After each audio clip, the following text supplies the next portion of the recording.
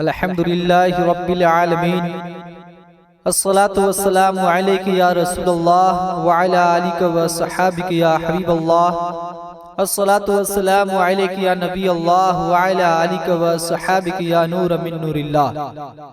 محترم سامعین حضرات، آج کی تقریر میں ایک واقعہ آپ حضرات کے سامنے رکھنا چاہتا ہوں۔ پیارے آقا صلی اللہ تعالی علیہ وسلم کے زمانے میں ایک صحابیہ کے میاں، ایک صحابیہ کے شوہر کہیں سفر پہ تشریف لے جا رہے ہیں اور اپنی بیوی کو یہ تلقین کر کے جا رہے ہیں کہ اے میری بیوی، اے میری شریک حیات، جب میں باہر جاؤں تو تم میرے جانے کے بعد گھر سے باہر نہ نکلنا، تم گھر ہی میں رہنا، اپنے گھر ہی میں رہنا۔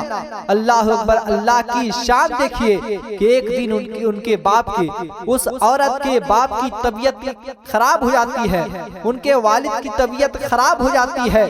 مصطفیٰ جان رحمت صلی اللہ تعالی علیہ وسلم کے بارگاہ میں سوال کو رکھتی ہے، یا رسول اللہ صلی اللہ تعالی علیہ وسلم، میرے شوہر نے مجھے یہ بات کہہ کر باہر گئے ہیں کہ میں اپنے گھر سے باہر نہ نکلوں۔ یا رسول اللہ صلی اللہ تعالی علیہ وسلم، کیا میں اپنے باپ کی طبیعت کے لیے، کیا میں اپنی باپ کی بیمار پرسی کے لیے، کیا میں ان کے پاس جا سکتی ہوں؟ رسول اللہ صلی اللہ تعالی علیہ وسلم نے ارشاد فرمایا، تمہارے شوہر نے یہ بات کہہ کر اگر وہ باہر گیا ہے کہ تم باہر نہیں نکل سکتے ہو تو تم اپنے شوہر کی فرما برداری کرو، تم ان کی اطاعت کرو، تم اپنے باپ کے بیمار پرسے کے لیے نہ جاؤ۔ اللہ اکبر! بیماری بڑھتی گئی، طبیعت علیل ہوتی گئی، خراب ہوتی گئی۔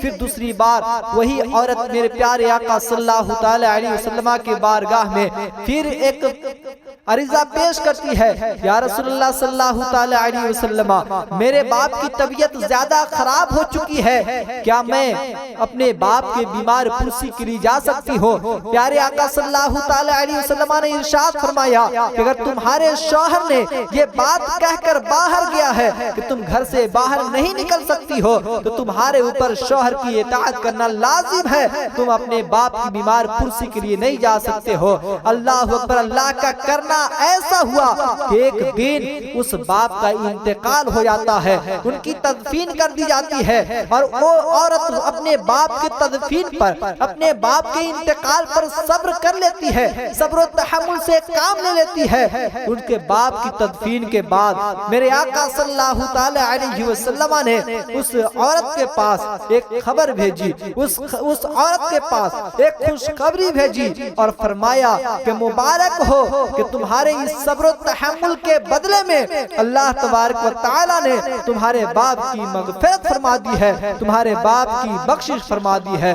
سبحان اللہ! اس لیے ہمیں آپ کو سب کو چاہیے، ہمارے گھر کی عورتوں کو، بیٹیوں کو، بہنوں کو چاہیے کہ ہماری ماں بہنیں اپنے اپنے شوہر کی اطاعت و فرما برداری ہر حال میں کریں، اور اپنے شوہر کی اطاعت و فرما برداری کر کے کہ اللہ اور اس کے رسول کو راضی کر لیں۔ انشاءاللہ دنیا میں بھی کامیاب رہیں گے، آخرت میں بھی کامیاب و کامران ہوتے ہوئے نظر آئیں گے۔